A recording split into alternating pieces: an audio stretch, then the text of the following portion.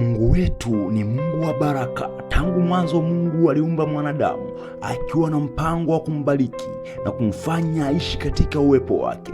Lakini dhambi ilipoingia duniani ilileta utengano kati ya mwanadamu na Mungu. Maana katika Isaya 59:2 anasema kwamba, lakini maovu yenu yamewafarakanisha ninyi na Mungu wenu, na dhambi zenu zimeufisha uso wake, msimuone hata hataki kusikia. Leo tutajifunza kuhusu dhambi 5 zinazoweza kuzuia baraka za Mungu katika maisha yetu na namna ya kurudi katika njia sahihi. Na dhambi ya 5 imeangamiza watu wengi na kuwafanya waishi bila baraka kwenye maisha yao. Tuende kujifunza. Dhambi ya kwanza, dhambi ya uasi kwa Mungu. Uasi ni hali ya mtu kujua mapenzi ya Mungu lakini anaamua kuyakataa na kufuata njia yake mwenyewe. Mfano, Adamu na Hawa walimwasi Mungu kwa kula tunda walilokatazwa. Unaposoma kwenye kitabu cha Mwanzo 3:17, maandiko yanatuambia kuwa akamwambia Adamu, kwa kuwa umesikiliza sauti ya mke wako ukala matunda ya mti ambao nilikukataza, nikasema usile matunda yake, ardhi imelaaniwa kwa ajili yako. Hivyo baada ya kuwa dhambi ya uasi, moja kwa moja ardhi ikawa imelaaniwa. Kumbe hii dhambi ya uasi ni dhambi ambayo inazuia baraka kwenye maisha ya watu wengi sana. Uasi unaweza kuzuia na kuweza kuharibu watu wengi. Kwa hiyo uasi huwa unaharibu ukaribu wetu kwa Mungu, amani ya moyo, maendeleo ya kiroho.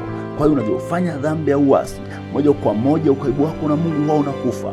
Pia amani ndani ya moyo wako huwa inatoweka. Moja kwa moja kukosa maendeleo ya kiroho. Tunapomtii Mungu tunafungua mlango wa baraka zake. Maana kwenye Kumbukumbu la Torati 28 kuanzia 1 hadi 2 anasema kuwa itakuwa utakaposikia kwa bidii sauti ya Bwana Mungu wako, kutunza na kufanya maagizo yake yote, baraka hizi zote zitafuatilia na kukupata, yani kuambatana na wewe moja kwa moja. Kumbe kinachosaidia kwetu sisi ni pale tu ambapo tutaacha uasi na kumtii Mungu. Hapo sasa tutaweza kurejea kwenye mstari. Na dhambi ya pili, dhambi ya kutokusamehe. Watu wengi wanataka Mungu awasamehe, lakini wao hawataki kuwasamehe watu wengine. Chuki na kutokusamehe vinaweza kuwa kizuizi katika maisha ya kiroho. Unaposoma kwenye Mathayo sura ya 6:14 hadi 15, anasema kwamba, kwa maana mkiwasamehe watu makosa yao, na Baba yenu wa mbinguni hatawasamehe ninyi. Bali msipowasamehe watu makosa yao, wala Baba yenu hatawasamehe ninyi makosa yenu. Kumbe Mungu anataka tuwe na moyo wa msamaha ili tuwe huru na kupokea neema yake. Hivyo ili tuweze kuishi kwenye kupokea neema ya Mungu, lazima tuwe watu wa kutoa msamaha, huku tukiwasamehe ambao wametukosea, ili tuweze kuwa na baraka kwenye maisha yetu. Maana Mungu amesema kwamba tusipowasamehe waliotukosea, naye pia hawezi kutusamehe. Kumbe dhambi ya kutokusamehe ni dhambi ambayo huwa inazuia baraka. Maana maombi yako hayawezi kusikizwa, pia hata sadaka zako haziwezi kukubaliwa. Ndio maana nasema kwamba japokuwa una neno na ndugu yako, uende kwanza upatane naye kabla hujatoa sadaka yako. Hivyo dhambi ya kutokusamehe, dhambi ambayo huwa inazuia baraka ndani ya watu wengi. Na dhambi ya tatu, dhambi ya uongo na udanganyifu. Dhambi ya uongo na udanganyifu ni dhambi nyingine pia ambayo huwa inazuia baraka ndani ya maisha ya watu. Mungu ni Mungu wa kweli na anapendezwa na watu wanaoishi katika ukweli. Uongo unaweza kuharibu uhusiano wetu na Mungu pamoja na watu.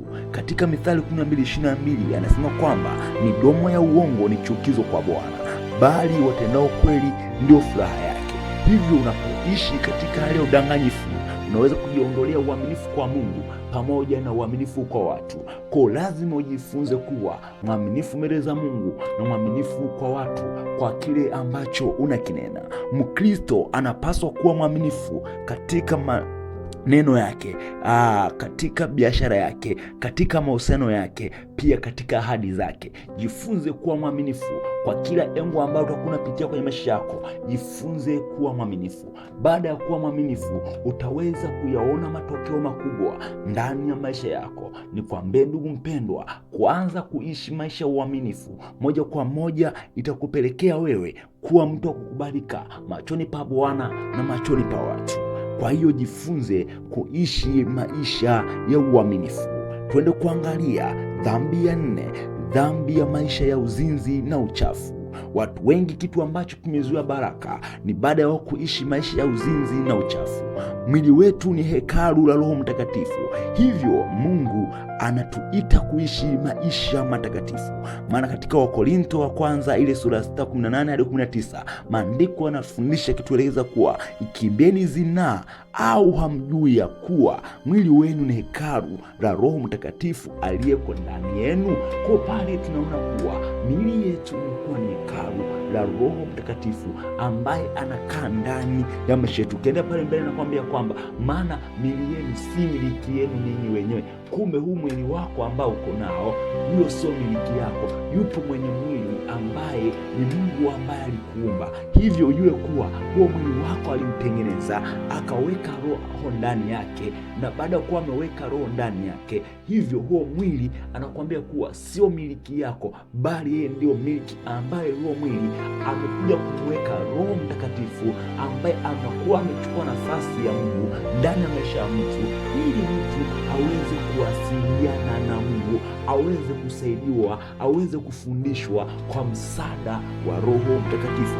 Kwa mwili wako ni hekalu la Roho Mtakatifu, lakini unapoanza kuishi maisha ya dhambi ya uzinzi na uchafu wa kila aina, moja kwa moja sasa vinaanza kuondoa na kufanya uondofu wa zile baraka na uwezi kuona, kwa sababu dhambi za uasherati huathiri ushirika wetu na Mungu, na pia dhambi ya uasherati huwa ina ushuhuda wetu, yani inaathiri ushuhuda wetu, inaharibu ushuhuda wetu kwa watu, inaharibu ushuhuda wetu kwa Mungu, pamoja na kufanya kuwa watu ambao ni wachafu. Pia dhambi ya uasherati na uzinzi huwa inaharibu au kuathiri maisha yetu ya kiroho. Hakuna mtu ambaye anaweza kudumu katika maisha ya uasherati na uzinzi akawa vizuri kwenye maisha ya kiroho. Moja kwa moja huyo mtu huwa anakuwa mfu kiroho, huwa ni mtu ambaye anabaki akifanya vitu kwa nguvu zake mwenyewe bila kuwa na uwepo wa Mungu kwenye maisha yake, kwa sababu Mungu hawezi kukaa eneo ambalo ni chafu. Kwa hiyo Mungu anataka watu wake wawe watakatifu. Ndio maana kwenye Petro wa kwanza ile 1 kuanzia 15 hadi 16, ukisoma mahali pale maandiko yanatuelezea kuwa bali kama yeye aliyewaita alivyo mtakatifu. Kumbe aliyetuita ni mtakatifu. Anatuagiza nini tufanye? Amesema kuwa nini, nanyi iweni watakatifu katika mwenendo wenu wote. Kumbe tunapaswa kuwa watakatifu katika mwenendo yetu yote. Inatupaswa tuwe watu ambao ni watakatifu. Maana natuambia kuwa kwa maana imeandikwa mtakuwa watakatifu. Kumbe tutakuwa watakatifu. Kwa nini tuwe watakatifu? Kwa kuwa mimi ni mtakatifu. Kwa kuwa Yesu Kristo mwenyewe ni mtakatifu, kwa ametuita na sisi tuwe watakatifu, kwa sababu yeye aliyetuita naye ni mtakatifu. Kwa tunapaswa kuishi katika maisha ya utakatifu, huku tukijua kuwa tunapotenda dhambi tunajiweka mbali na yeye. Maana tunapokuwa tuko wachafu hatuwezi kuitwa, yaani hatuwezi kuwa watu ambao tumeitwa na Bwana, bado tunaishi kwenye maisha ya dhambi. Lazima tukubali kubadilika, tuweze kuishi katika maisha ya utakatifu, na baada ya kuishi kwenye maisha ya utakatifu, moja kwa moja tutamfanya Mungu aweze kutembea pamoja nasi katika maisha ya utakatifu. Hivyo lazima tukubali kuepuka dhambi ya uasherati na uzinzi na uchafu wa kila aina, ili tuweze kuruhusu baraka za Mungu zimiminike kwenye maisha yetu. Na dhambi ya 5 ambayo imeshusha watu wengi kabisa huwa ni dhambi ya kiburi. Kiburi humfanya mtu asimtegemee Mungu na kuona kwamba anaweza kufanya kila kitu kwa nguvu zake. Kwa hiyo kiburi kinamfanya mtu aone kwamba yeye peke yake anajitosheleza na anaweza kufanya chochote bila msaada wa Mungu kwenye maisha yake. Unaposoma kwenye Mithali 16:18, maandiko yanatuambia kwamba kiburi hutangulia uangamivu. Kumbe kinachotangulia uangamivu kabla ya uangamivu kutokea, kumbe nyuma yake huwa kuna kiburi ambacho kilianza. Kwa kiburi huanza, na baada ya kiburi tunaanza kuona sasa kuna uangamivu, na roho yenye kutakabari utangulia maanguko. Kwa mtu ambaye anaishi kwenye kiburi, moja kwa moja ni mtu ambaye huwa anaelekea kwenye anguko. Mungu huwabariki watu wenye moyo wa unyenyekevu, kwa sababu siku zote Mungu huwa anabariki watu wenye unyenyekevu. Katika Yakobo 4:6 anasema kwamba Mungu huwapinga wajikwezao. Maana Mungu anawapinga watu wenye kiburi, bali huwapa neema Mungu anawapa neema wanyenyekevu. Kwa unapokuwa ni mnyenyekevu, kuna neema ambayo inakuja kukufanyia transformation ya kupanda kutoka pale ulipo na kwenda hatua nyingine, kwa sababu umekuwa mnyenyekevu. Kwa ili uweze kupata baraka za Mungu, lazima ubali kuishi maisha ya unyenyekevu.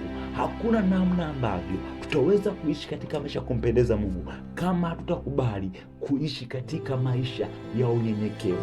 Kwa ili uweze kuziona baraka kwenye maisha yako, lazima ukubali kuishi maisha ya unyenyekevu.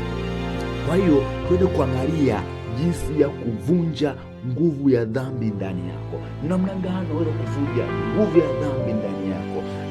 Ukisha kujua namna kuvunja hii nguvu ya dhambi ndani yako, moja kwa moja sasa utakuwa ni mtu ambaye utafuatana na baraka za Mungu. Kwa hiyo baada ya kujua dhambi hizi 5 ambazo zinazuia baraka, jifunze jinsi ya kuvunja nguvu ya dhambi ndani ya maisha yako.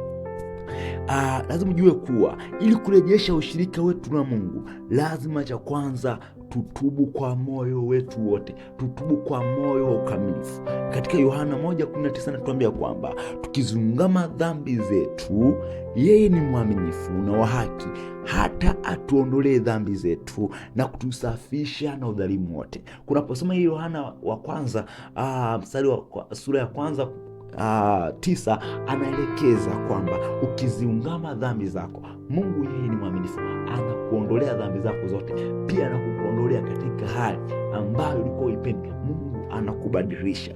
Pia acha njia za dhambi. Kutubu si kusema tu samahani, bali ni kugeuka na kuanza maisha. Lazima ukubali kuanza maisha mapya, ukubali kuanza ukurasa mpya wa maisha. Useme kwamba mimi nimeacha dhambi kwa moyo wako wote. Na nikwambie ndugu mpendwa, kuacha dhambi ni maamuzi. Lazima uamue kwamba hapa ninaacha, hapa ninatoka. Ukisha kuamua, moja kwa moja utaanza kuona badiliko ndani yako na utaanza kuishi maisha mapya. Na kitu cha 3, jaza maisha yako na kwa neno la Mungu na maombi. Yaani uyajaze maisha yako kwa neno la Mungu na maombi. Ukisha kuyajaza maisha yako kwa neno la Mungu na maombi, moja kwa moja utakuwa ni mtu ambaye unaziendea baraka za Mungu, kwa sababu kitu pekee ambacho kinazuia maombi ya watu wengi, kinazuia baraka za watu wengi, ni kwa sababu wanaishi katika maisha ya dhambi. Maana kwenye Zaburi ya 119 mstari wa 11 anatuambia kwamba moyoni mwangu nimeliweka neno lako, nisije nikakutenda dhambi. Kumbe ukisha kuliweka neno ndani ya moyo wako, hakuna namna ambayo utaweza kumtenda Mungu dhambi. Kwa ili uweze kushinda hayo yote, lazima ujue kuwa uweke neno la Mungu ndani yako, kwa sababu baraka za Mungu hazuii kwa sababu Mungu hataki kutubariki, bali mara nyingi dhambi huweka kizuizi kati yetu na Mungu. Leo jiulize, je, kuna dhambi ninaoificha ndani yangu? Ni maswali ya kujiuliza. Je, kuna dhambi ambayo naificha ndani yangu? Je, kuna kitu au kuna mtu ambaye sijamsamehe, ambaye nimemshikia kwenye moyo wangu? Na kitu kingine, jiulize, je, maisha yangu yanampendeza Mungu? Maisha yangu yana ushuhuda? Hivyo Mungu bado yupo tayari kukusamehe na kukurejesha.